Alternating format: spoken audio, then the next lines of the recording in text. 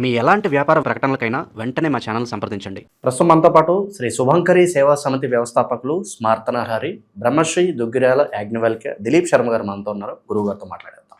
నమస్కారం. నమస్కారం గురుగారు, ఫిబ్రవరి మాసం విశేషంగా వృశ్చిక రాశి వాళ్ళకి ఈ నెల ప్రత్యేకంగా ఏ విధంగా ఉండబోతుంది? పంచగ్రహ కూటమి తాలూకు ఇంపాక్ట్ వీళ్ళ మీద ఏ విధంగా ఉంటుంది? ఎటువంటి జాగ్రత్తలు తీసుకోవాలి? ఫిబ్రవరి మాసంలో వృశ్చిక రాశి వారికి చాలా సత్ఫలితాలను కలిగిస్తుంది. ముఖ్యంగా మనోధైర్యం బాగా పెంచుకున్న వాళ్ళు అవుతారు. ఆకస్మిక ప్రయాణాలు కూడా ఉంటాయి. దానికి తగ్గ ఏర్పాట్లైన ఈ నెలలో చేసుకుంటారు. ఆకస్మిక ప్రయాణాలు అంటే ఏదో పక్క ఊరు వెళ్ళటము, ఏదో 10 కిలోమీటర్లు వెళ్ళటం కాదు. దూర ప్రయాణాల నుంచి చాలా శుభవార్తలు వింటారు. ఇక్కడ వృశ్చిక రాశి వారికి గ్రహ ప్రభావములు ఏ విధంగా ఉన్నప్పటికీ కూడా పూర్వజన్మ పుణ్యము పాపము ఇవన్నీ మనం నమ్ముతాం కదా. కొంత పూర్వజన్మ పాపం ఉందండి, పూర్వజన్మ పుణ్యం వల్ల ఈ సుకృతం మనకు లభించింది, మనం చేసుకున్నటువంటి పుణ్యం ద్వారా ఇది లభించింది, అటువంటి ఆలోచనలో అయితే కొంత ఉంటారు. కొంతమంది ఎవరైతే కనుక వ్యాపారస్తులు, కొన్ని బిజినెస్లు చేసేవాళ్ళు, అలాగే ఏదైనా మార్కెటింగ్ శాఖ అంటే ఇప్పుడు రియల్ ఎస్టేట్ కానీ వాక్తో జరిగేటువంటి వ్యాపారాలు కొన్ని ఉంటాయి. మార్కెటింగ్ అంటే తప్పనిసరిగా వాక్కుకు సంబంధించిన విషయం. రియల్ ఎస్టేటు, ఎడ్యుకేషనల్ ఇన్స్టిట్యూట్, ఇటువంటి వాటిల్లో మెయిన్ స్థాయిలో ఉన్నటువంటి వృశ్చిక రాశి వారికి కొంత స్త్రీ మూలకంగా ధన నష్టం ఉంటుంది. వాళ్ళు జాగ్రత్త. పరువు నష్టం కూడా ఉంటుందంటారు. పరువు నష్టం కూడా ఉంటుందంట. ధన నష్టమే, పరువు నష్టమే ఉంటుందిలేండి. ఇంకే ధనం నష్టపోతే ఇంకా పరువు నష్టం ఉండదు. పరువు పోతే ధనం ఉంటుంది, ఏదో ఒకటే ఉంటుంది. ఈ యొక్క ధన నష్టం ఉంటుంది అంటే ఏదో వాళ్ళ కోసం ఖర్చు పెట్టడం, వాళ్ళ కోసం తిరగడం అని. కాబట్టి తస్మాత్ జాగ్రత్త. ఎప్పుడూ కూడా లక్ష్మీ అమ్మవారి స్వభావం ఎలా అంటే మనము ఎంత ఖర్చు పెడితే మంచికి అంతకి 1000 తెచ్చిస్తుంది. చెడుకు నువ్వు ఎంత ఖర్చు పెడుతున్నావో అంతటికి 10 బాధని నీకు తెచ్చిపెడుతుంది. చెడు అంటే తాగుడికి బాగా ఖర్చు పెడుతున్నాం అనుకోండి, హానికరం. అది మనం తాగి మన ప్రవర్తన బాగోదు. లేదంటే నేను తాగి సైలెంట్గా పడుకుంటానండి అనే ఏదో డిగ్నిఫైడ్ అంటే అది వేరే విషయం. ఏదో మనం తాగించటానికో లేకపోతే ఎవరికో లంచం ఇవ్వటానికో ఎవరినో ఏదో చేయటానికి మనం మన డబ్బుని మన కష్టార్జితాన్ని మనం ఖర్చు పెట్టి ఉంటే ఆ డబ్బు అలా ఖర్చు అయింది కాబట్టి దానికి 1000 పాపాన్ని మనకి మూటపడుతుంది. ఎందుకంటే ధనం మూలమిదం జగత్ అన్నారు.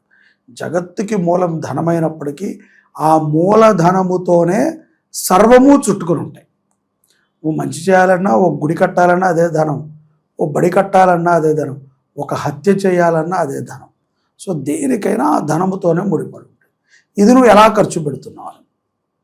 కాబట్టి వ్యాపారస్తులు చాలా జాగ్రత్తగా ఉండాలి.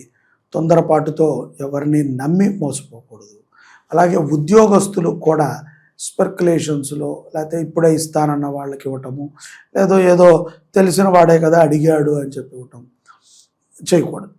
అలా అని చెప్పి నా దగ్గర లేదు అనకూడదు. ఇది కత్తి మీద సాన్ లాంటి జీవితం. మనది మనకి నడుస్తోంది అన్నట్టు ఉంటే చాలు. కాబట్టి తస్మాత్ ధనం విషయంలో జాగ్రత్తగా ఉండటం మంచిది.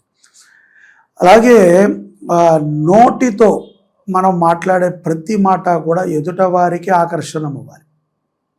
ఎదుటవారికి ఒక మంచి తీపిదనాన్ని ఇవ్వాలి. అంతే తప్ప ఏదో హార్డ్నెస్ని ఇచ్చింది, వాళ్ళు ఏదో మాట్లాడారు, మనం ఏదో మాట్లాడేసాం, ఏం మాట్లాడాం గుర్తులేదు.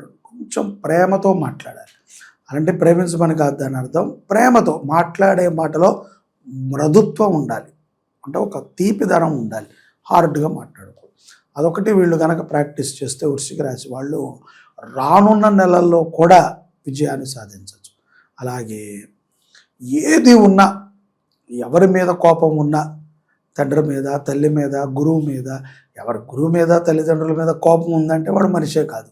సరే, వాళ్ళ మీద ఉన్నా మనము ధైర్యంగా మాట్లాడగలిగితేనే కోపాన్ని పెట్టుకోవాలి. ఎవరి మీద కోపం ఉన్నా నువ్వేదో నీలో నువ్వే మదన పడిపోతావు, నీలో నువ్వే పిండుకుంటావంటే కనుక ఆ కోపము నీకే సొంతం. అది నీ గురువుకి కానీ, నీ శిష్యుడికి కానీ, నీ యొక్క శత్రువుకి కానీ చేరదు. ఏదో తప్పిదాలు అందరి దగ్గర ఉంటాయి. మనం మాట్లాడటంలో మంచితనం చూపించాలి. అలాగే పూర్వ దేవాలయాలని అభివృద్ధి చేస్తే అది చాలా విశేషమైనటువంటి ఫలితాలని వృశ్చిక రాశి వారికి ఇస్తుంది.